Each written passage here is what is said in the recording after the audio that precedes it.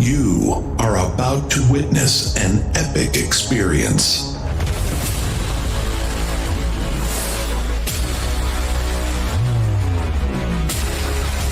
Of music and sound, trembling through your veins. Welcome to the world of... This is not a test. This is your emergency broadcast system.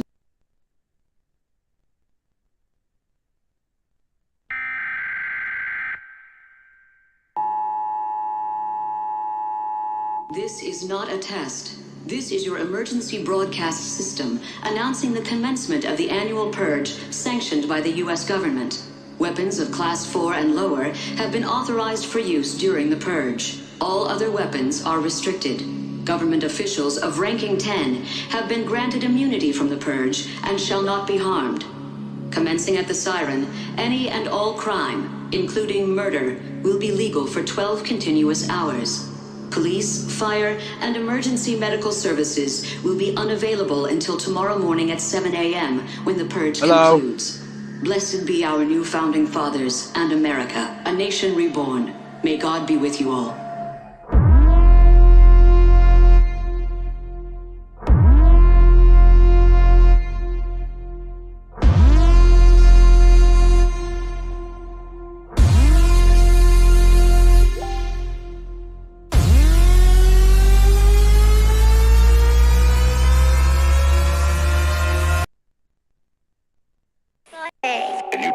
Can you look around this world and believe in the goodness of a God who rules it? Yo, Jerry, drop that shit. Yo, Big Q's back again, yeah, I'm in the game. Never have I felt the same way since this big ugly motherfucker made way to the stage like I broke out their steel cage. I'm a Leo that you can't tame. Hold on, I'm like Jay-Z, I'm a renegade, aid, not a renegade. They drink Gatorade just so they can bloody say they stayed in my lane, but they fake hard. Turn another page as I spread like a plague. Now who wants to play? I'm here to slay. Deep organized like a vampire. See every one of you chilling around the campfire, out in the woods watching you in the Shire. Put the horror theme on a song with a quiet bullet in the wrist and ankles like we did McGuire. I say what I want, I will conspire. Fuck you.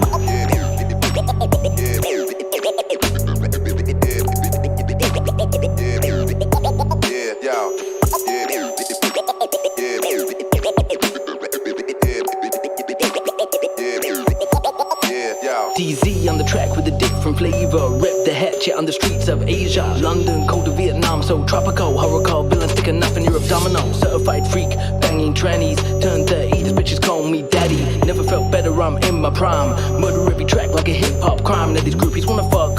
Okay, yeah, we keeping it wicked. All day, will we ever go soft? No way, yeah, explicit content. Wordplay, hit the booth, mic check, 1, 2. Spit bars more deadly than the Chinese flu. Spit bars more deadly than the Heisenberg blue. 1, 2, knock, UK juggalo crew.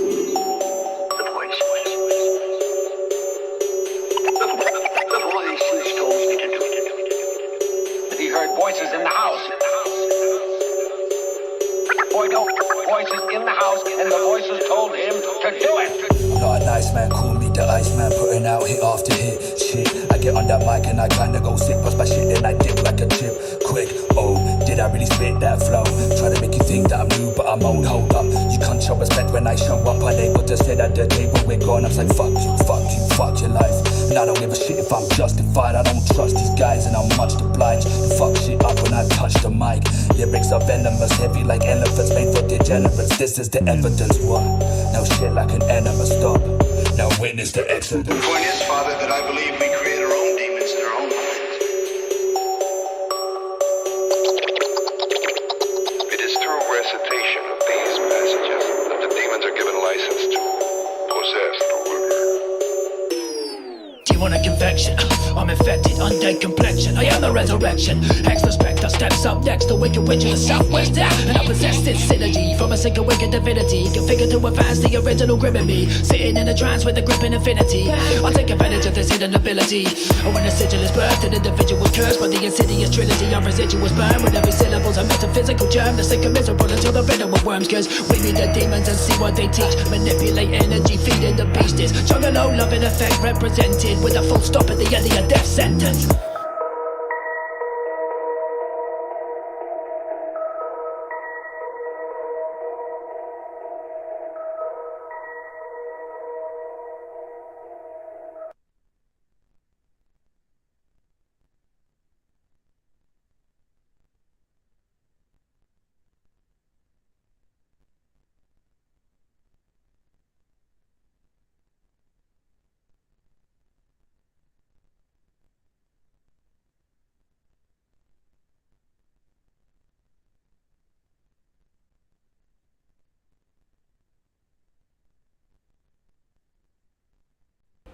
Welcome, ladies and gentlemen. This is Wake Up Your Life. Okay, we have a star-packed motherfucking show. As you can clearly motherfucking see this.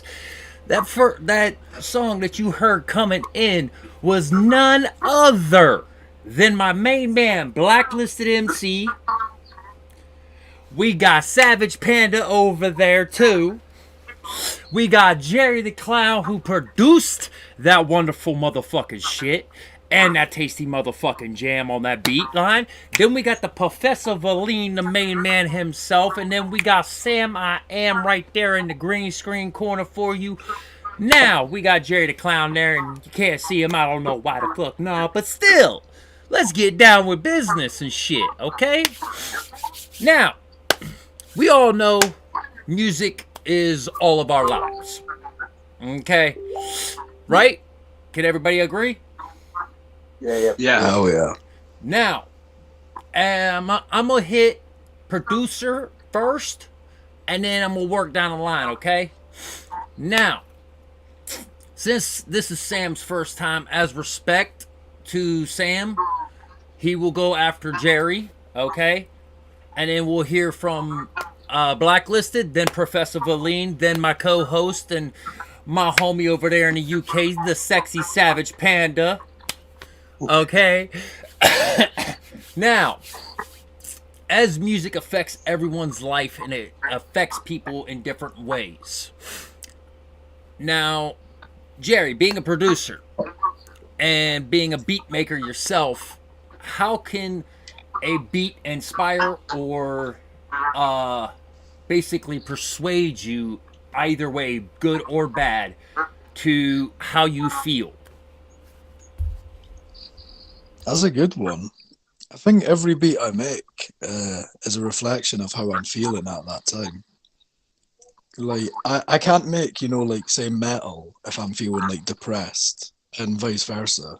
It's always a reflection of how I'm feeling at that exact time. And when other people listen to it, whether it's a beat or a song, the main goal, in my opinion, is that they can relate to it and they could feel what me and anyone else were feeling when they made it. Now, as an artist yourself, like, does the songs affect you the same way, though, too? Do you mean songs that I've made, or just music as a whole? Music as a whole, and the songs you've made as well. Definitely. Songs I've made, a lot of the sadder themed ones, they're a big fucking outlet for me. They help a hell of a lot. And hearing other people's music, especially on the sadder side of things, if they're going through the same shit, it helps a hell of a lot. But it makes you realize there's other people going through the same shit. You ain't alone. And if you see them doing better, and you hear that they're getting through their shit, it gives you that push that you can do it too. Music's a big fucking thing. It's not just a sound. It's a hell of a lot more. Now, Sam, if I may call you Sam.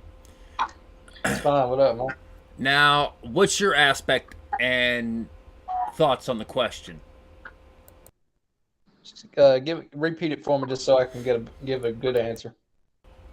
How does music affect you, either negative or positive, and how does it persuade you in your music as well? Man, music literally been my whole life, just because I've never been good at talking to other people, so it's always been the language that is spoken to me.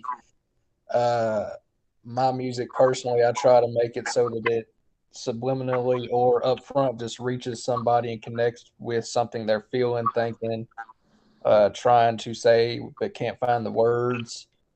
And a lot of times it's not even really me.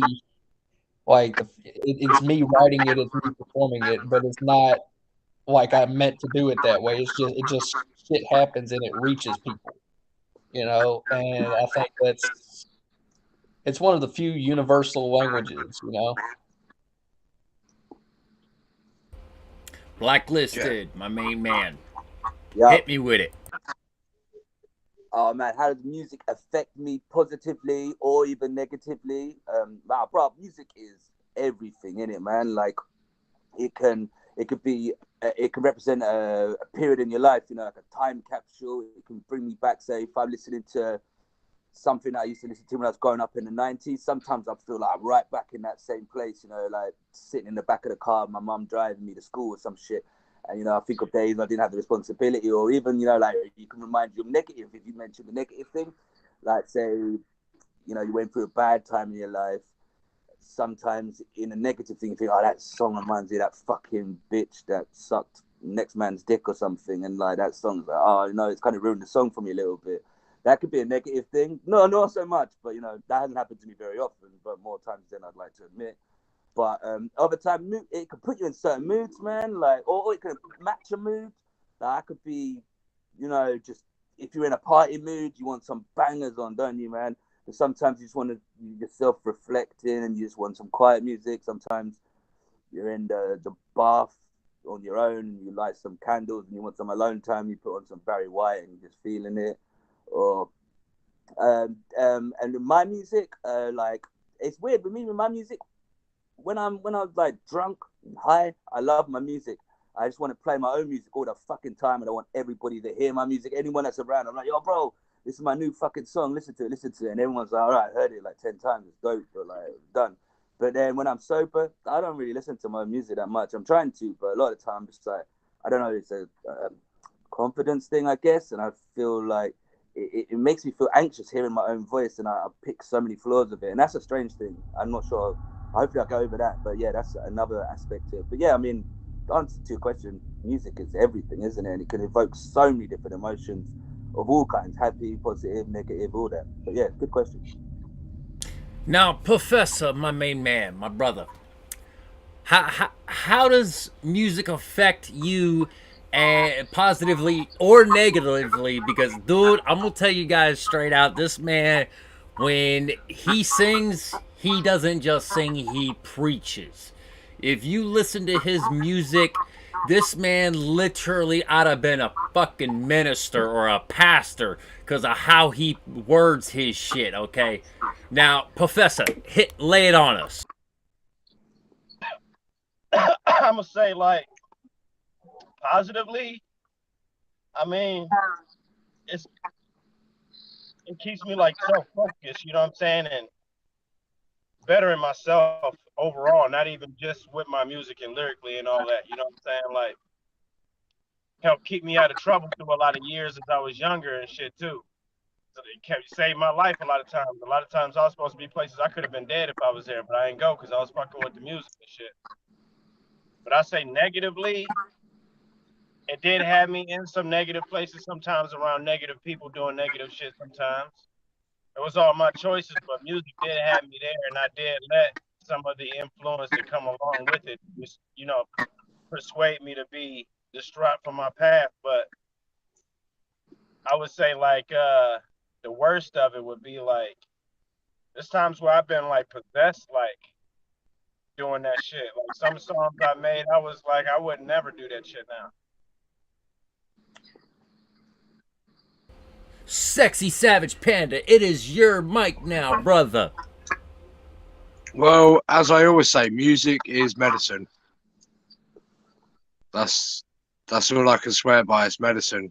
It's there for you when you're happy, there for you when you're sad. Helps with many emotions. I mean, me making music personally, I put everything into that to try and release that part of what's going on, in hope that someone can mentally relate to that as well. Now, we do got a couple comments from Prophet and Queen Stoner over there. Queen Stoner says, "What's up, all? Gonna be a kick-ass show." And then we got what up, Prophet? Prophet over there talking and saying, "I often get my own beats stuck in my head, and I feel that." And then she goes on to saying he met me through music, talking about Professor over there. And then she hashtags music is medicine. Yeah. Now, speaking about music being medicine, okay, I had an earlier situation today. And I'm going to be honest, like, I was hoping one person would have showed up, but they didn't show up. So I kind of got frustrated, kind of got, like, depressed about it because, like, I'm a huge fan of this person, been a fan before BTMX and everything. And then turn around, it's like, and I started feeling down in the dumps, like panicking and shit. So I went back to my roots, to where I come from in music, okay? And most people don't know my actual roots in music. I started actually in gospel. I sung in the church choir, okay? Now, a lady who passed away a few years back, she was basically my aunt. She taught me how to sing and everything, okay? She taught me how to tone my voice and everything. I'm a better singer than I am a rapper because the simple fact is, being in a church choir, I learned how to actually vocalize my voice more to 3 different tones.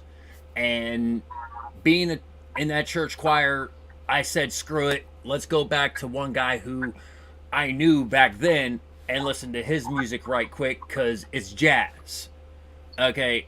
And like everybody here could agree, like, well, when you feeling a certain way, it's that a certain type of music that is right there at the roots of your life that you started on, that always can pull you out that darkness. No matter what you're going through, that root music always pushes you back to where you need to be in life.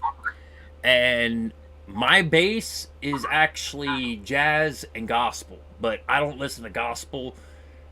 That's a whole nother reason. But I listened to more jazz from this guy, and I said, screw it, pop him on, because I wasn't feeling like myself. So I said, let's do this. Now, if like he's out there listening, if he wants to come on the show, I've been trying to get a hold of him for a couple years now, and man's busy as heck. But on a real note, he's family to me, and he's always pulled me through. Either him or his father. Okay, his father's a preacher, so always words of encouragement, always words of enlightenment. Now, I wanted to ask all you guys, where'd you guys, your roots and base actually start in music? Like, did you sing in a church choir, or where did it really start for you? We'll start off with Jerry, and then we'll go to Sam, Blacklisted, Professor, and then we'll hit Savage. Fuck. Well, my family's quite musical, so it started when I was really young. Like, my dad got me into a lot of like some rock and like some kind of hip hop shit. I think the first one I remember was when I was a kid listening to a band called The Clash. Still love them to this day. They're brilliant. I kind of started from there. Then my dad started pushing me towards playing guitar and shit. And when I got a bit older, like 13, 14, I was in a band for a few years, done a few gigs and stuff. And then after going to school and doing sound production in high school, I started really getting into that, and now I'm where I am just now. That was only about 4 years ago, 4 or 5 years ago I was doing that in high school. And now I'm just doing the shit non-stop. It's like an addiction at this point, bro. I love it though, I love it. So that's where I started, some like older style music. Some of the Clash and that, bro. That was my shit. Sam? Let's see. When I was about 2 years old, my dad put in this CD by a band called Rush. And me, my fucking Animal Crackers and Sippy Cup. And he raised me on Rush. I got to see him twice with him before he passed. Being born and raised in Memphis, of course, you're going to have the 3-6 Mafia aspect and the element. And when I was real little, my mom was in the country. So I kind of had everything. Like it was this big fucking mixing bowl. But most of my young age, I spent hard rock and classic rock with Linkin Park and nu metal mixed in. And it wasn't until really 2010 on I really got into the hip hop rap aspect more. But Rush is the biggest inspiration for just about everything in my life because of my dad. And I think if you really take time to dive in and listen to their music, you see how intricate it is for three motherfuckers. You know? It's three guys that make a million sounds and tell one guy telling a million different stories. And it's just so many different avenues it goes and so many different elements they bring in. It's not really one genre. So, yeah, that's really how I got started in this shit was my dad introduced me to Rush. Blacklisted, my brother. Yeah, I thought I don't know if anyone remembers this, but sorry. Way back in the day, there was the MC Hammer cartoon on TV. Do you remember this, Savage? You remember this one? He had they had dancing shoes. Like MC Hammer would put on these shoes, and it made him do the dancing and shit. But I just remember watching that cartoon. I was really, really young. I remember watching that cartoon and then just and obviously he did some rapping in it. He must have done the theme tune. I can't really remember it. I've just got a really vague memory. I must have been 4 years old, 5 years old, something like that. But yeah, I just remember MC Hammer cartoon, and I was literally from then I was trying to put words together that rhyme to make raps from them. So I'd say that's what made me start rapping. But in terms, I wouldn't say MC Hammer's a big influence on my music now, but I think that's what started me off. But in terms of what's influenced me and what going back, I got into hip hop from a young age. I mean, in the 90s, it was Coolio, Gangsta's Paradise. I remember knowing every word to that song. I'd rap along to that when that came on the radio, and then I kind of got into Cypress Hill, stuff like that. When Eminem dropped that Slim Shady LP, man, that was big for me. And ICP, when I discovered them it was a major. No, the first one I heard was Great Milenko. That was game changing. And then when nu metal came about, I just got really, really heavily into that, and to this day, like you said, you go back to the jazz. For me, if I just put on some Limp Bizkit or fucking like even Korn or Disturbed, Slipknot, Linkin Park, something like that, man, it gets me. It makes me feel like, yeah, this is why I fucking love music. It still brings those emotions up. It makes me like, yes, this is what it's a fucking about. I love that. But in terms of influences on music, everything, I like so many different genres, from country to blues to hip hop to like, I like some like you know electronic dance music, drum and bass, stuff like that. So yeah, a lot of things inspired me. Professor Valine. What up? What up? Where'd you start in music, brother? Shit, man, that's a long journey, man. Like I had to say, like yeah, I mean, I started off probably freestyling and shit, fucking around on the bus and shit, and on the school yard and shit, on the basketball court and shit like that. Fucking I used to just do poetry and shit at first. Then like I saw this Gangsta's Paradise and shit. I saw Coolio's Gangsta's Paradise. That was my shit. Fell in love with it ever since then. Like just making rhymes and shit. I started writing more shit, and then I started just like beatbox on tapes and shit, and then rap over them and shit, and then lay keyboard over there. I tried everything I could just so I could make something. I was desperate as fuck. I just kept making shit, and I've been doing it ever since, man. I ain't never stopped, man. I was out in the country at my grandma's house when I first got initiated, and in the first clique that I got in, it's in this back room and shit. They was back there drinking and shit, smoking and shit. I came back there, I freestyle for them. They let me jump down with them, and then I kept doing it with them, and now I'm the only one left. Savage Panda. Well, with me, with being adopted and that, and seeing, I got adopted by my grandparents, so I was brought up with their generation of music, which was stuff like Johnny Cash, Queen, and then it went into my mum's obsession with Elvis and rock and roll in general. But with my real dad, it was more of punk and ska and reggae and stuff like that. So, and as I got older, it was more of the, like Matt, sort of new metal scene. And then I had the whole band side of me where I was doing the more sort of post-hardcore, whereas a little bit of singing with the screaming, and then that ended. I had a kid, and then yeah, lost touch with music, come back to music, and I am where I am now. I mean, yeah, it's pretty much it. I just don't want to repeat what everyone else has said, really. Well, we do got That's the thing. There's been so many different genres that has just made me who I am. We do got a comment from Prophet over there, and she said that she also started in a church choir when she was 4, and like my history in it though actually stems from my mother, actually, because my mother was actually in the adult choir and I was in the junior choir. Now, me and my brother, we were always at odd and ends, okay, but he was in the choir too for maybe a year or two. But I pursued on further into it because I fell in love with the whole aspect of it, and I tried to keep up with it and tried to stay steady with it. Then I fell in love with rap and had my own journey. But going through music, okay, it can be medicine or it can be a poison as well too, depending on how do you take the song itself, okay? Now, a lot of people, they get confused with certain musics and they get confused with certain types.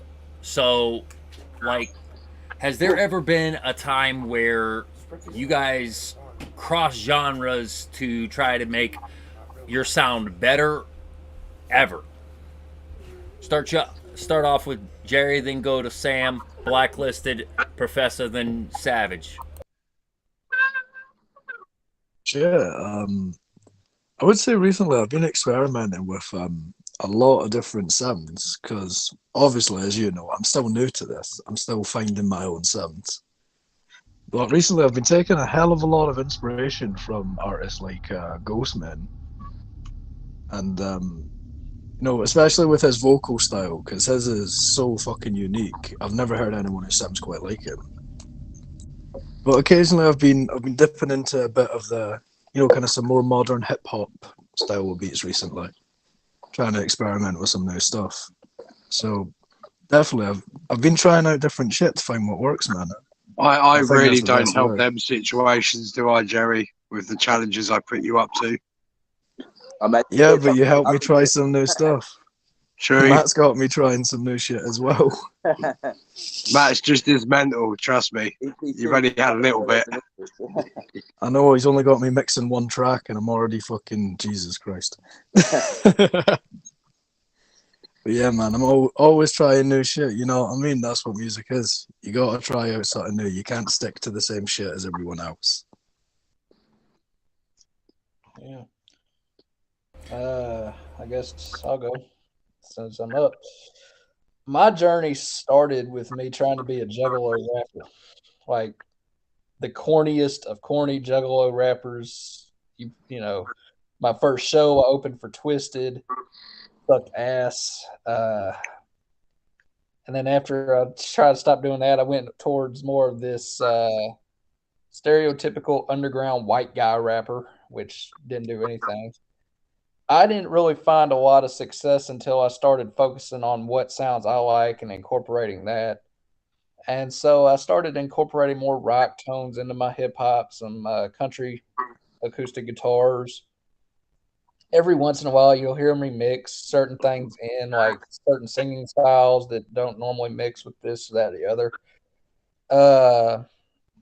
I think for me, it's always been experimenting to see what works for me and what doesn't. And what I've been doing the last few years since I started doing it under Sam I Am has definitely been what's been working. Uh, it's been getting me further and further as I go. And I keep finding different ways to mix things. Like I keep finding different aspects of trap and hip hop to mix in with, singing or if I want to try different flows or whatever. So for me, I've always loved when artists genre bend, like Tech Nine whenever he does a metal track, or Twisted when they started doing the rock stuff, more metal instead of the underground hip hop. I love that shit. So it's always been part of my thing anyway. So I wouldn't say it's been something new. It's just the more I focused on it lately, the more success I've gotten from it. Blacklisted. Yeah. So actually, I would say a lot of what you said is actually fairly similar to me. When I very, very first started, like thinking actually I'm going to start rapping a bit more seriously, I did start. I wasn't a juggler rapper. I mean, I love ICP and shit, but I wasn't trying to be. I didn't paint my face or nothing like that. But I was just doing like horrorcore, just like trying to be just pure horrorcore. That was just all my lyrics were just horrorcore. And then I'm gonna say this right quick. My face paint design literally looked like a damn panda, dude. Like it was bad. Just black eyes with the thing down, and white face. Yeah, like I know That's my face paint. Yeah, it was bad. You know what? I've never even tried to paint my face. I'm not good at that. I just don't think I'll pull it off.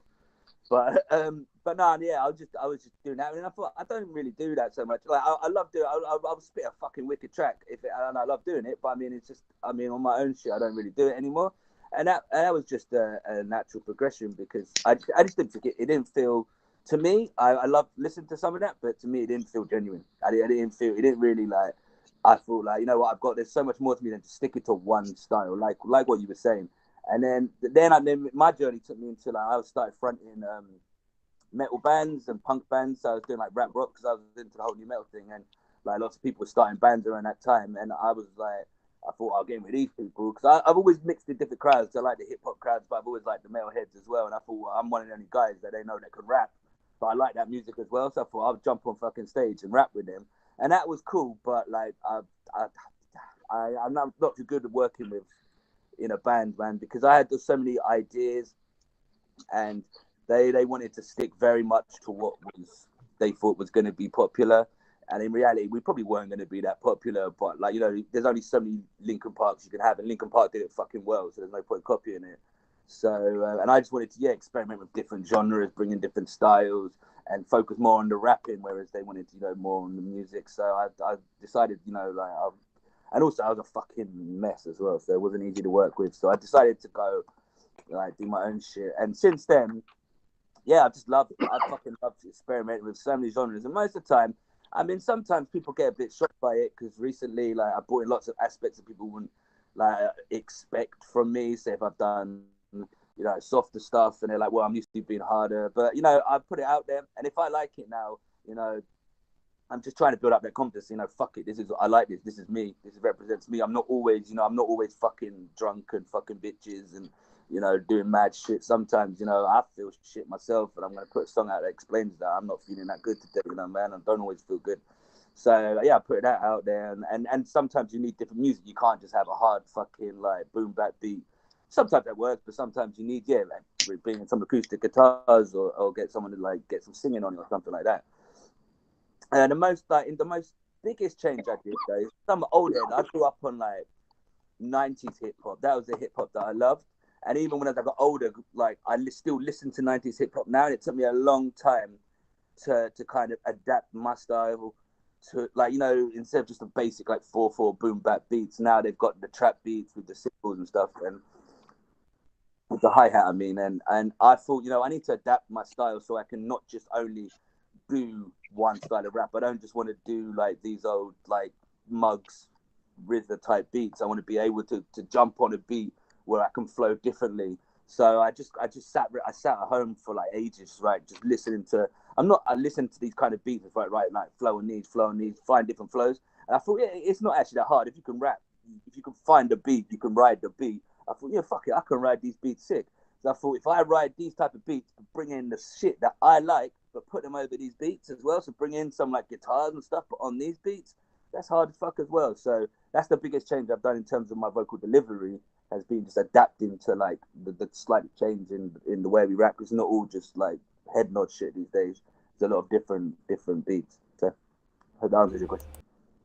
Professor. What up? What music, like, do you cross over genres and that when it comes to your music to find inspiration? Man, I am the crossover of all of that shit. I cross over all the time it depends on whatever the beat is. If I like the beat, it brings something out of me, man, and it's just I like to mix worlds up and shit, man. I'm the mad professor, man. I like to experiment. That's what it's all about. Like I could take fucking 2 or 3 different things sometimes and mix it together. If I'm lucky, I can, find something I can do that with. Hell yeah. Savage. Right. Well, as I've said before, I've got many influences with the way I've been brought up. So I class myself as a juggalo artist, but then the whole question comes into, what is a juggalo?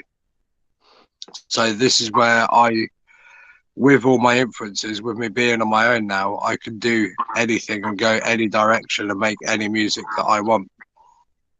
I'm not doing it for anyone. I'm doing it just for myself, to make myself feel better and hope that someone can connect, like I've said before. So I can turn my hand to anything. As Jerry has heard, I've done one style and then now turn into another, and there's going to be a lot of twists and turns as I grow. And that's the thing. That's in this market as such that we're in as artists. You've kind of got to be adaptable, I believe, rather than just set to one genre. Otherwise, you're not going to, like, I'm not in this to make money, but you're not going to get heard if you're stuck to one thing. You have to be open. Now, we do have a couple questions over here. And one of the questions is, okay, let's see. What do you guys think, from an artist's point of view, of BTMX's approach with artists? And also, blacklisted MC and Ouija Mac on his UK tour as well. We also have one of the comments, but let's get to that first question. No, okay. How do you guys see BTMX as artists? We'll start with Jerry, Sam, Blacklisted, Professor, and then we'll go to Savage.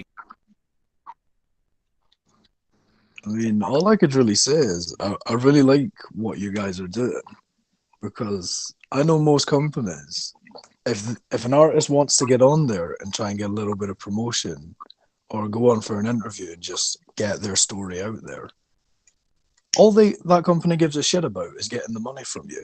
They don't actually give a shit about you as an artist or even a human. They don't care. Whereas you guys, you care more about helping people get their story out there, get their name out there. I feel like you guys are doing it the right way, because you're not hung up thinking money, money, money. So I really love the work you guys are doing. I think you're doing great.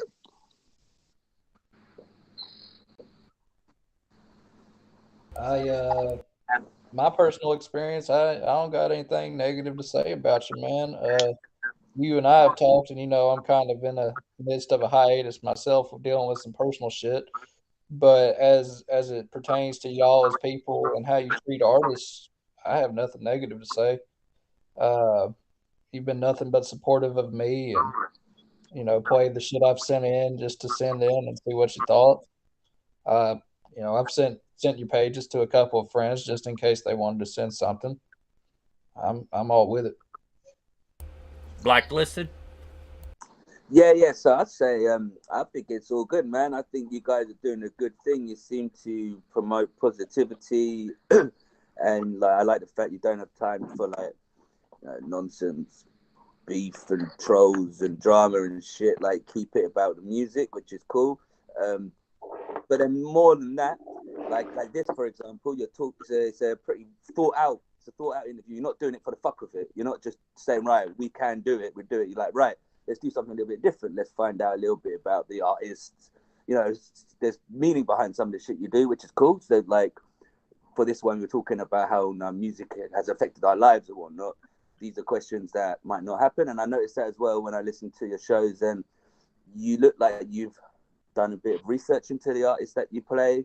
You understand them yourself, and you don't play it for the fuck of it, or you don't play it because you think, oh, this is popular or whatever. You think our audience will like this, or this is something that means something to me, and I'm going to and you explain why. You justify it. You say, yo, I hope you guys feel this song.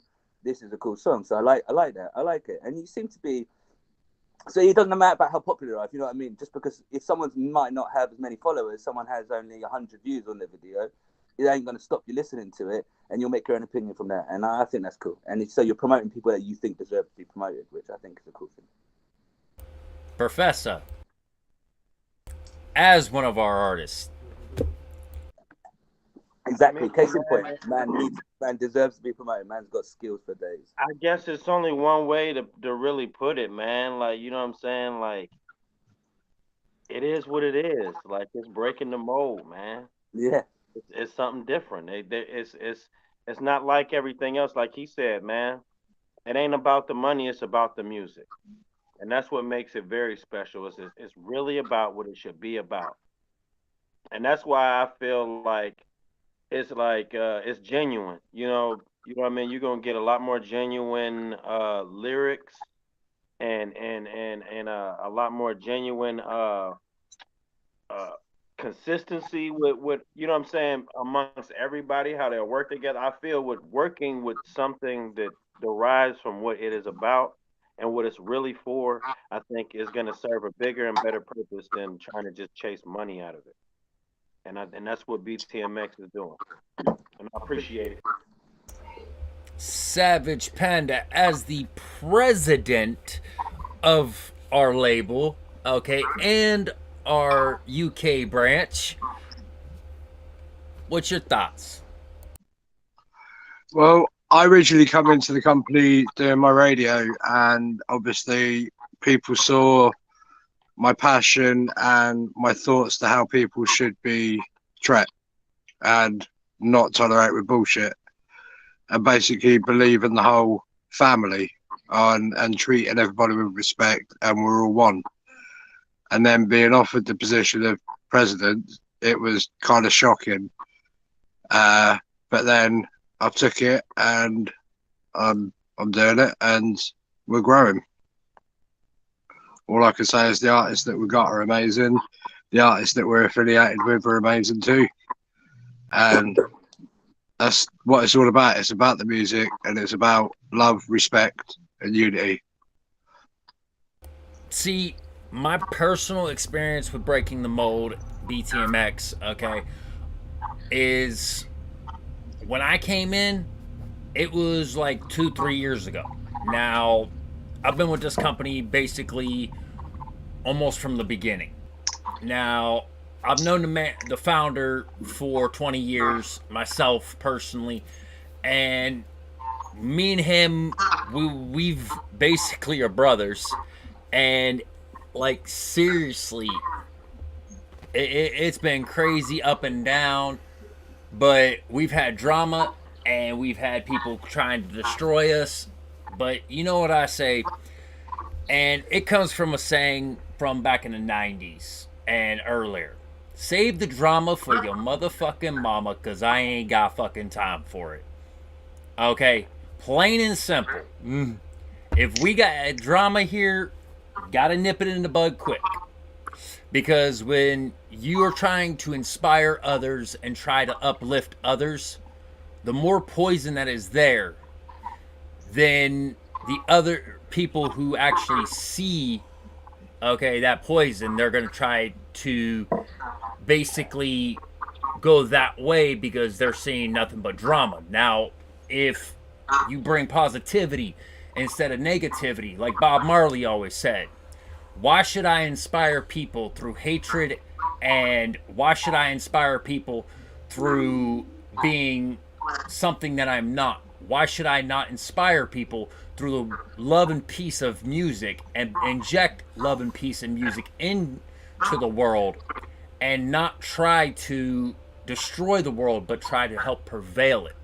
Now, another good topic and serious topic, okay, and it comes from my past, and when it comes right down to it, music may be medicine, may be poison, but music can change anything. It can actually prevail you or destroy you. Now, I listen to like Bob Marley, Carlos Santana, Tom McDonald. I flip-flop through genres, okay, and I'm not one genre kind of person. It depends on my mood what genre I'm going to listen to. Now, my favorite genre, everybody thinks, is hip-hop or rock and roll. No. They've all got that misconception. My actual favorite genre of music is Japanese Zen music, or meditation music, or jazz. Something soft, soothing. Because when you're irritated and mad and pissed off and you just want to say fuck the day, right? Because we've all been there, right? Every last one of us have been to the point where we just want to say fuck this shit, I want to quit. But you listen to that one song, or you listen to that one ideology that started you in there, okay, it helps you push through. Now, here at Breaking the Mold, the whole reason why we're breaking the mold is because we're not going to allow someone else who's not seen not be seen. We're going to try to show the world talent, okay, because the origins of music is just that, okay? It's not about the money. It's not about the publicity. It's about the artists themselves, the music, the passion, the thrive, the thirst, and the hunger for just having the music in your life. Okay. Now,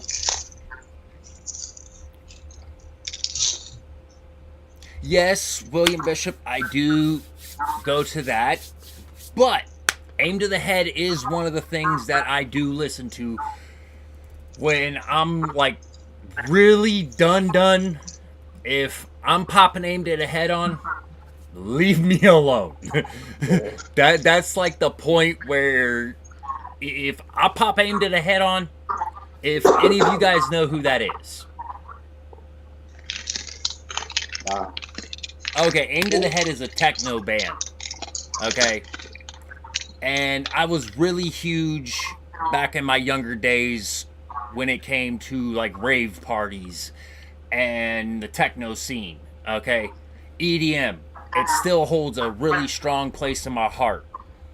And when I'm super pissed off and I just need to like mellow out and fall asleep because I'm way too pissed and I know I ain't got nothing else to do, I'm sorry, I'm popping Aim to the Head on and I'm fucking zoning out. You ain't gonna reach me, touch me, or get near me because I'm gone. Okay. Now, when I listen to jazz, it's more of trying to awaken my peaceful side. And when I listen to certain genres, it literally, it all really but it calls to me, and it basically puts me back into the mindset of, okay, I just need to release the anger. And my biggest thing when it comes to like anything music wise, all depending on my mood is depending on what I listen to. Now, I've listened to Blacklisted MC, I've listened to Savage Panda, I've listened to Progressive Lean, I've even listened to your music, Sam, Jerry the Clown's music.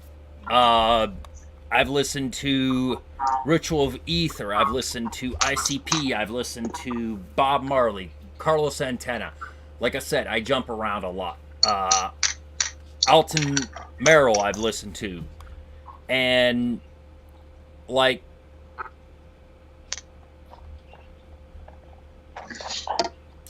what other question?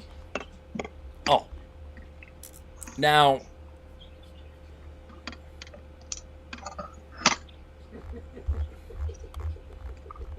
sorry, camera's trying to fall.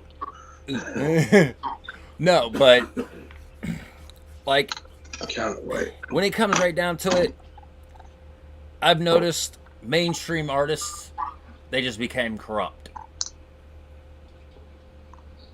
Now, everything that BTMX does play, how do you guys feel about that music, that light that we're trying to bring to those artists?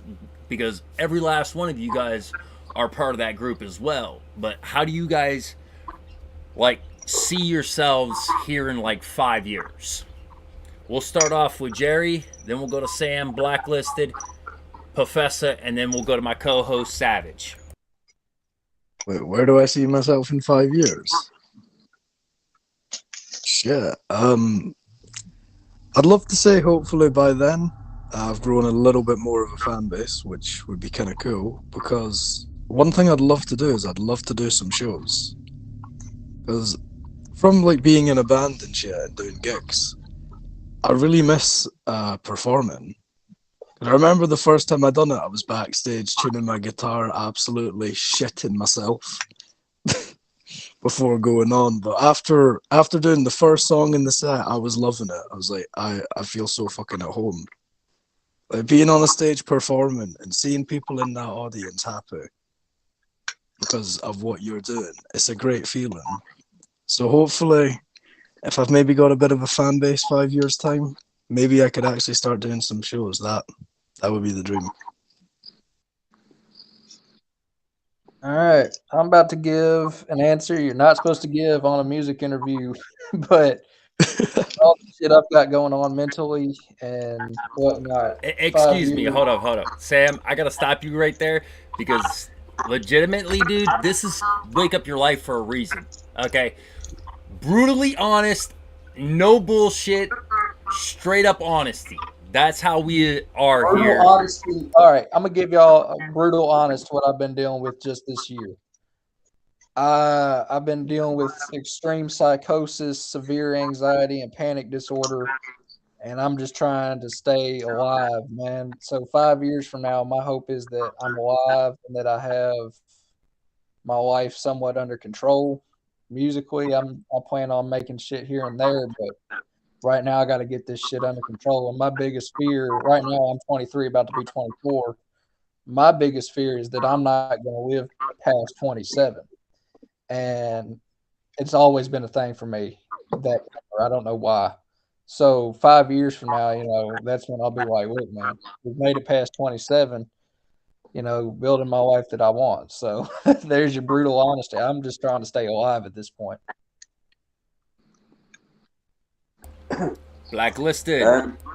Yeah, okay. So honestly, musically, man, I love fucking playing shows. So I love playing shows. That's the shit that fucking like is the best. Crack's pretty good as well, but there's the best buzz that you can get, man, is playing fucking shows, man. But I want to keep doing that. Like I love. Like I want to be like I love opening for these artists that come over. Like someone mentioned in the comments, Ouija's coming over. And the good thing over here in England, because I see in America, some of the builds are stacked, but we don't have that many support acts. So it's quite good. Like we have, like when Mad Child came over for his first UK headlining show, I was like the only support. When Coolio came over, I was the only support. So I love that. But 5 years, man, I want to be at that level. I don't want to be. I love being support. I love winning over new fans and stuff. But I want to be. Yeah, I want to be like people have all come to see me. Like I've built up such a fan base by that point by playing these shows that like it doesn't have to be opening for when Coolio comes over, or Ouija or Mad Child or La Nostra or whatever. It's me. It's Blacklisted MC and the big name and people like queuing up to get in there. That's what I want. I keep playing the shows and I'm trying to I'm trying to I'm getting to a bit more honest side of things. I want to do. I bring so much energy on stage, but I'm always so like drunk, to be honest. And I want to be able to, because I'm realizing now. I've luckily made it past 27, but I've dealt with a lot of mental health issues and addiction issues, and it's fucking in reality. Like this is probably not the answer I'd give as Blacklisted MC, but on this show, it's a fucking nightmare. Like it's a fucking nightmare, and to live your real life on a day-to-day basis, it might make for good music, but it's fucking difficult. I'm trying to settle down actually and be a normal person a little bit more, but I want to be able to bring my goal then is to bring the same energy that I was bringing on stage and that same humor and that same like rowdy attitude, but without having to be like going through the madness that, and without having to be dealing with the come down, the self-hating, the fucking needing to drink to get on stage, the fucking drugs and all that. So that'd be awesome, man. If I could kind of keep that passion alive, but get my life in fucking order. So that if I can get that on like together, like keep the music going, that I would love to do that. But yeah, I know I've got to agree with my man Sam that yeah, I also got to focus on keep getting my life together as well, man. Like I get it. It's a difficult time. Professor.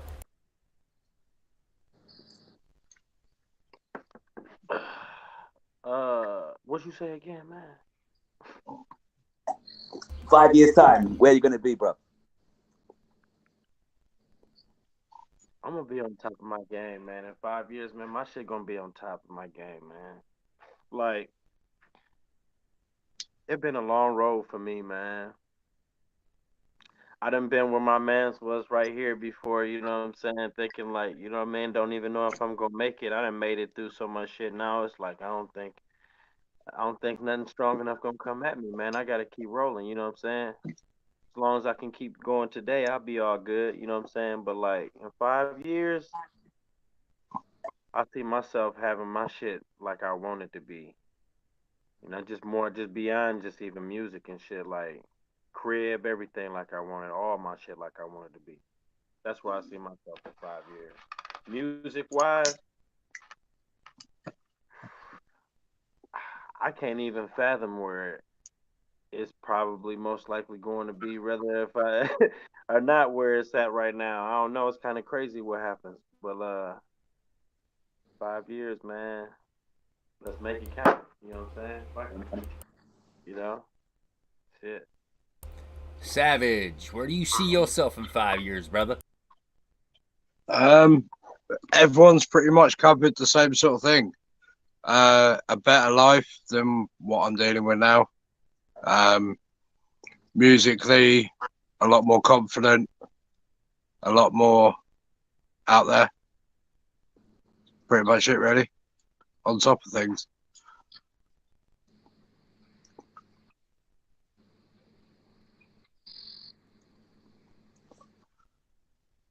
Now, for all you guys who actually don't know, I'm actually a recovering addict myself. Okay. I had a long road myself and everything, and now being part of this company, it actually helps. Now, with having an actual company like BTMX, trying to fix the whole content, trying to fix the whole idealism of music to being where it used to be back before producers and shit started to basically say, oh, gimme money, and being money hungry whores. Okay? Because I'm going to be dead honest. Okay?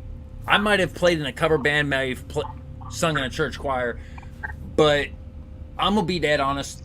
Nowadays, it is only about the money, not the fucking passion. And that is literally what makes me fucking sick to my stomach, okay? Now, when you look at music, it should not actually...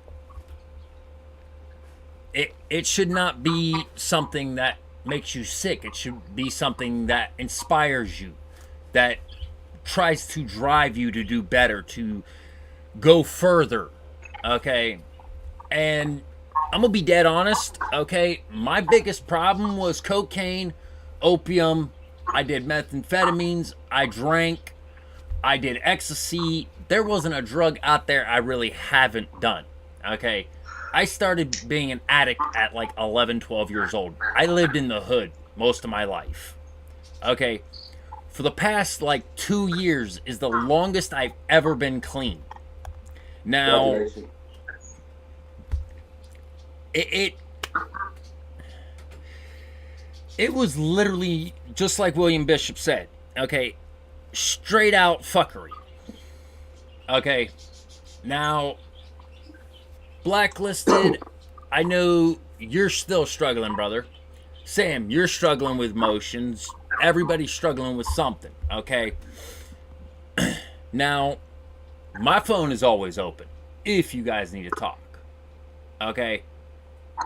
Being dead honest, because I've already... Mine always is as Matt and Jerry and Ed know. Yeah. And obviously Pro. Yeah. But seriously though, on a serious note though, we are at the hour mark, or over the hour mark, but we're gonna... This conversation is gonna be the whole year, and I'm gonna have different artists on this show. If you guys, any of you guys want to come back, you're more than welcome to. Sam? I was just going to say, I was going to say something in regards to your comment about everybody doing it for money, and that is, if there's one thing I could be proud of with my music, is that I was a symbol of doing it for the art and not the money in a time where the money and buying clout was the absolute norm, and anything else was frowned upon and dismissed and blacklisted. So there's something that I've got that, you know, at least gets me through when I think about it. Yeah. Now, yeah, I'm gonna leave this show off with a positive note, though, okay? And don't forget the radio show tonight, okay? At 7, I do believe. 6 tonight. Now, we're going to wrap up, though, and the whole aspect, though, for this whole year. If you guys want to come back, you are more than welcome. If you guys don't, I understand. But the whole aspect of this year, like last year, Savage can tell you, okay, we had long, drawn-out debates and discussions of religion and how it affects music and everything, too. We also, this year, though, we are primarily sticking with music. Now, I got a question for you, Blacklisted, and you, Sam. Yeah, but the one for pro, bitch. Got one for him. No, how about the one I put, bitch? Hold up. We got a question from Smack the shit. DJ Shadow. Gotta scroll up a little bit. Turn up? No, scroll up. Oh, you're actually. Oh, he's a pro. Yeah. I'm fighting like 3 toothaches. But knowing the co-founder and how this company has been, how do you feel, Professor, about like how the company's been around with you and that? Read the question. I don't have the question. It's you, Professor Delaney. What you say now again? How I feel about what? Okay. Here. It's right here. How I feel about how the company is what around? What did he say? Hold up. I thought you was asking Blacklisted the question. I am. I thought I was. Hold up. I know I'm hot, but shit. Where's Facebook? There you bitch. It's right here. Read off the question. It says, Professor. You're a dick. Don't let me unpin it. Never mind. Never mind then. You fucked up the whole show. No, but Really? Yeah, I won't get back up. oh crap. We might actually have to go a little bit longer because There you go. or have him come on next show. Yeah. Because I just got messaged by iLuck. Now, if any of you guys know who that is. Oh, here we go.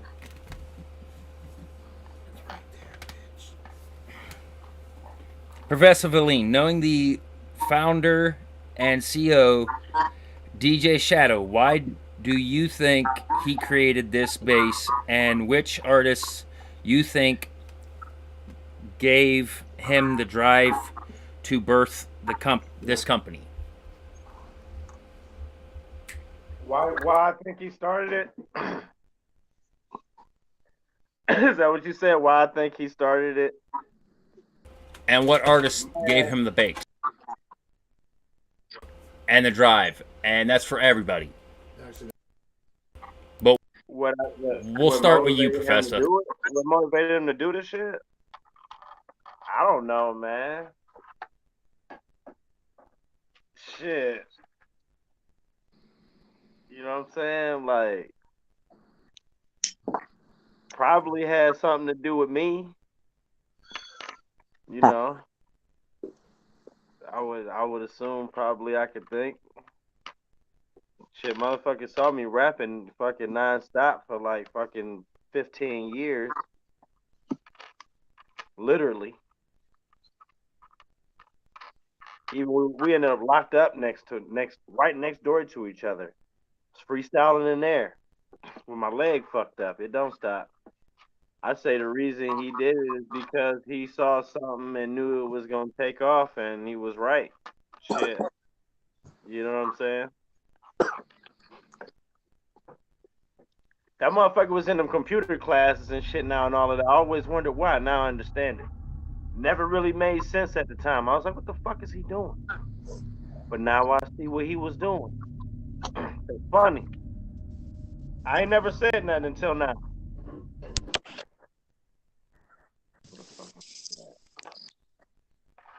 Now, hold up. I'm working on the background too.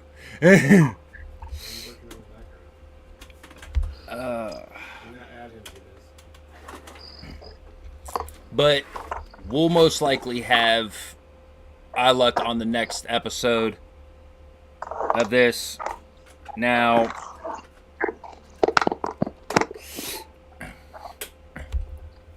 for Blacklisted. Yeah. What your earlier comment of you listening to your music, okay? You don't have the self-confidence really to hear yourself. Okay? And this goes for all artists in any way, any genre. But when you listen to yourself, okay, what most people know is that you are the biggest critic you will ever have. No matter whom it is. No matter if that critic wants to down you and tell you, okay, you're not good. No. Tom McDonald actually did a song of just about that. It's called, I do believe it's called Ghosted. Demon. Huh? I think it's Demons. His newest song is Ghosted. Yeah, his newest song's Ghosted, but the one I'm talking and referencing is Demons, I do believe. Okay. Now, me personally, I actually have a cassette with me singing on it, and like I have not listened to it in, I'd say, about 15 years. So I do know where you're coming from. But if you go back, have a clear head, clear mind, when you go back to listen to your music, okay, always try to do and try to listen to the message that you were speaking back then. Okay? That's for every artist out there. Because when you're an artist, yes, I understand it is hard.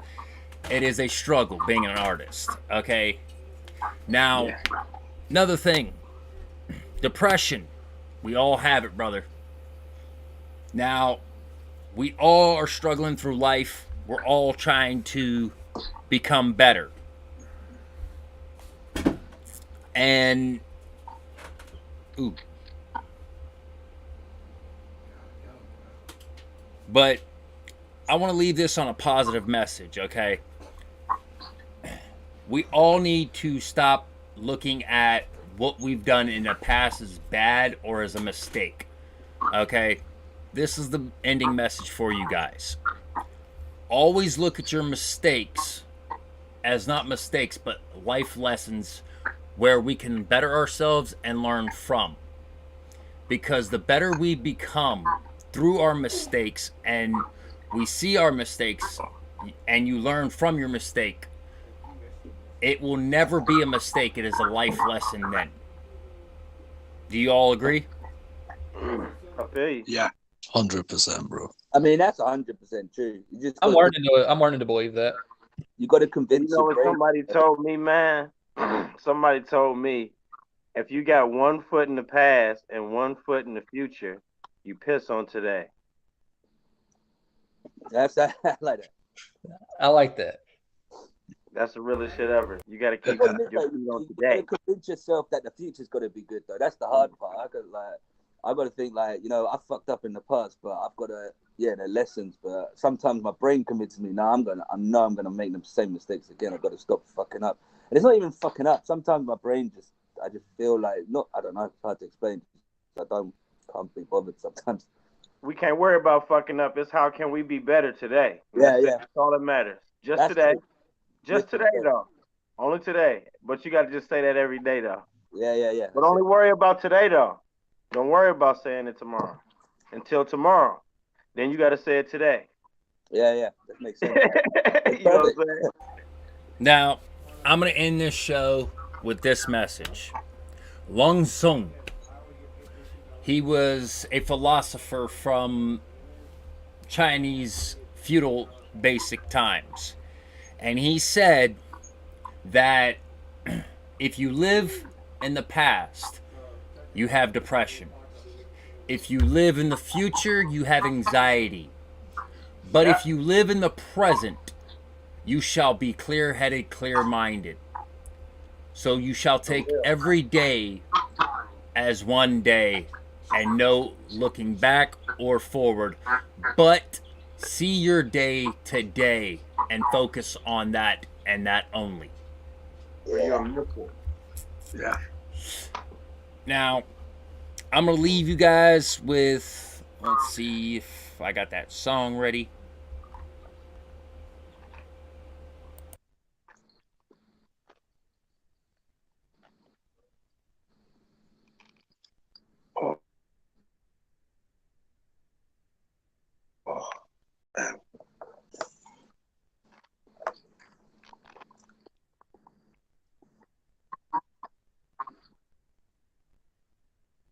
Oh yeah. Oh shit.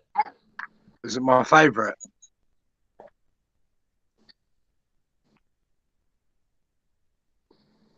We're going to leave you guys with one of Sam's songs, Who Run It. That's okay. my favorite. Oh man. Now, this song inspired me. The song like helped me out. This is okay. This is a cover of a song. Just want to make that clear. Yeah, it's still good though.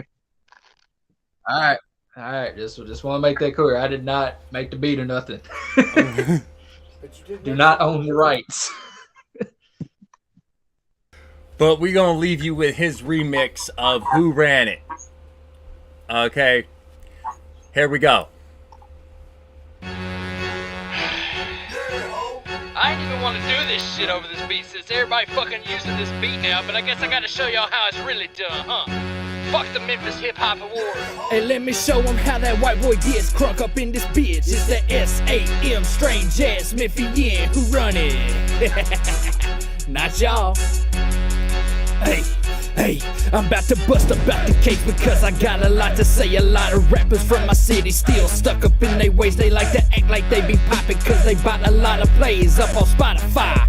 But that shit is still fake. I'm the only cracker rapper from the scene that keeps it real. Everybody else fly shit, trying to cop a deal. While they scheming on each other, I'm just writing how I feel. Because this music is the therapy that helps me heal. I'm that strange motherfucker that came from out the gutter. There's a storm brewing in me, you can feel that thunder rumble. I ain't one of your kind. There really ain't no other that does it like me. And no, I'm not a newcomer. I've been building from the bottom since like 2017. Back when I ain't no shit, I just started chasing dreams. Then I learned a little bit about how it really be when you swimming in the seas of hypocrisy. But I've been paving my own lane while y'all going round in circles. Universal with my style, my spirit is eternal. Tortoise in the hair, I prefer to be the turtle. Go ahead and jot my lines in your journal. I guess it's difficult to fathom. I'm the grind city phantom. Stop the capping, little phony, cause we know you ain't the cap inside splitting. And I'm crying from all of the fucking laughing. Bemis and tips, it ain't even in Memphis. So what the fuck are you sipping that makes you think that you're sitting on the throne, motherfucker? I think that you tripping. Immigrating ass bitches, I'm about to lose my shit if one more person comes up asking if I seen the new vid from your idiotic ass. And someone get my ass an aspirin if these dummies start rapping. God damn it, I ain't finished yet. Matter of fact, I'm far from it. I ain't even got a budget, so the tab is steady running. But my conscience is clear because I know that I ain't frontin'. Let me get one hit. A lot of people like to claim that they some goats in the making, but I've been eating beats like eggs cooked up with the bacon. And I love the way it feels when that kick drum is banging in the trunk of a car like a victim, no escaping. I'm the hillbilly honky and you know it, motherfucker. Came up at the gutter, pardon my stutter. I've been smoking all summer, but my flow is still hot like the toast with the butter. I'm repelling you mosquitoes like I'm spraying that cutter. Suffering succotash. You still a bunch of suckers, got them looking really flustered. Guess they dumb and dumber. You still so full of shit that someone needs to call the plumber and tell that man he needs to bring an extra large plunger. If you still hating on me, well, bummer. because I'm way too fucking stubborn. You can give my ass a pucker, I just fuck this beat raw and I ain't even need a fluffer.